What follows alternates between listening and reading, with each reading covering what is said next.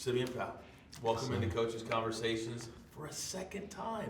Rarely do you get 2 times sitting down with me. I mean, this is big time. Let's talk about your gym first and foremost. What's been going on there? What fighters are you training with now? Yeah, so this camp it's been a hybrid. I started off in England with that Tom Aspinall and the boys. Then I finished my camp out in Kilcliff, Florida. So yeah, I've been training with a lot of great guys, Brendan Allen, George, RDR, a lot of good grapplers, because that's what I need. That's what I know Shoeface is coming with, and yeah, it was a perfect camp. When you're preparing for a grappler like Shoeface that has so many submission wins, how do you divide that up in camp? Right, I think obviously we assess the threat. We know what he brings. We know what he's a specialist at. So we work our game to avoid those situations. But ultimately, the best defense is offense. So obviously, I'm going to apply my game. He's got things to worry about from my end. Do you know what I mean? So obviously, we do assess the threat, but we also sharpen the tools. So what does he have to worry about when you talk about your threats?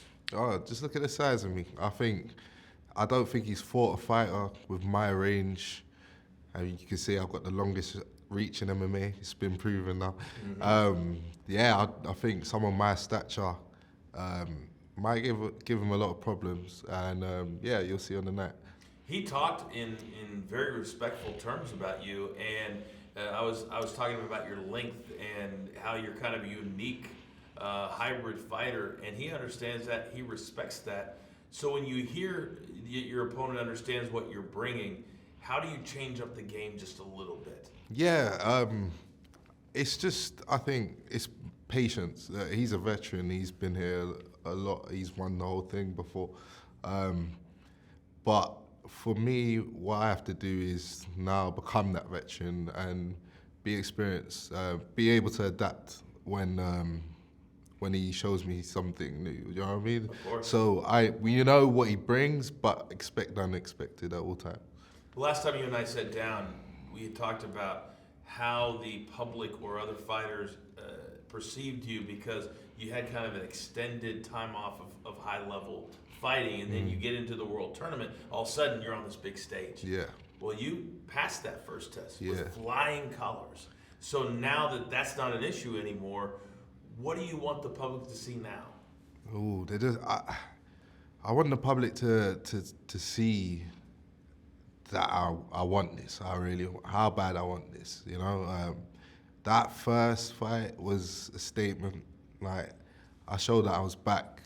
Now, I think what I want them to see also is that I'm here to take over. I'm the next person in the division. PFL need a new face, and I think I'm him. I think there are a few faces, one in each division, that is exactly who the PFL needs. And I think when I was sitting cage side and talking to several different people, the perception to them of you was, he's a fun guy. He's got a big personality. He smiles. He looks nice. But then you went in there and you just kicked some ass. How do you flip that switch? You know, it's kill or be killed in there. You know, for me, when I'm at best when I'm having fun, and when I'm loose, when I'm smooth. So that's when you see my ring walks, my personality. I'm pretty chilled. But I know in there that man is trying to take food off my table. He's trying to knock me out. He's trying to get a highlight reel. And it's on me to stop that or do the same to him. So that's when the flip switch, when that cage door locks. Having had such a long time off, sometimes the body doesn't always react the way that you want it to. How has the basically 2 months been for you and your training? Great. I think I took 1 week off and then straight back to it. Focused, not trying to overcook the engine, just keeping it at a good level. Then we peaked, and I think I'm in a great spot.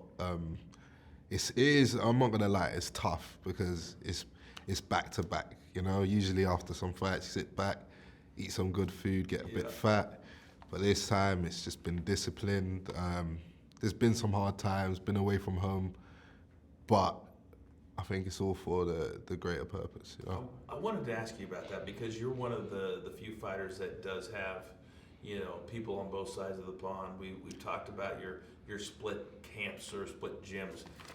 How do you overcome the thinking about your family and your friends and all that, and say, man, I've got to focus on June 27th? Yeah.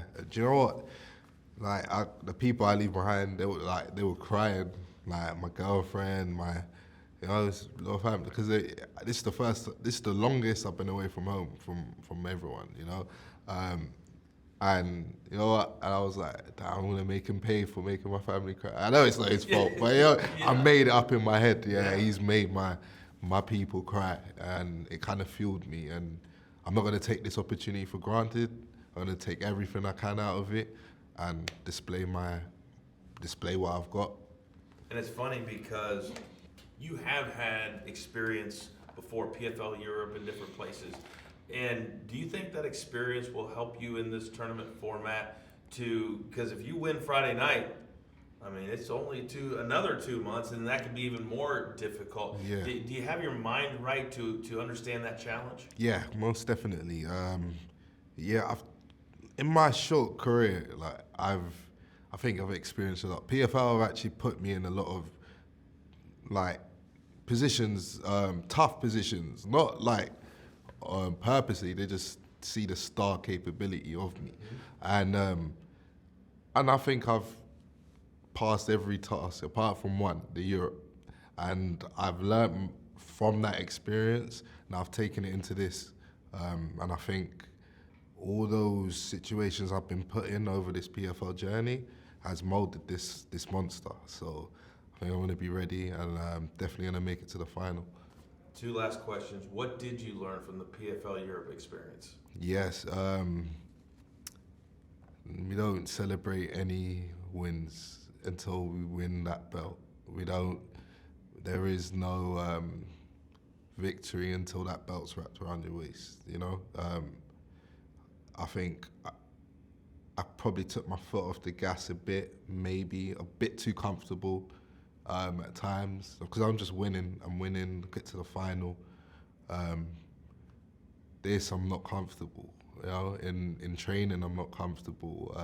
I'm not the best guy in the room. I'm put in bad positions, and that's what I need to grow. So I think you're going to see a more mature fighter. That's it really. So how does Simeon Powell, in your mind, win on Friday night? Simeon Powell wins how he always wins. Smooth, precise, confident. I think it's gonna be a tough fight. It's gonna be I can see it being a back and forth, but ultimately I think I put him out like the first guy. I just got to get that opportunity. Once I find that opportunity, I'm on you.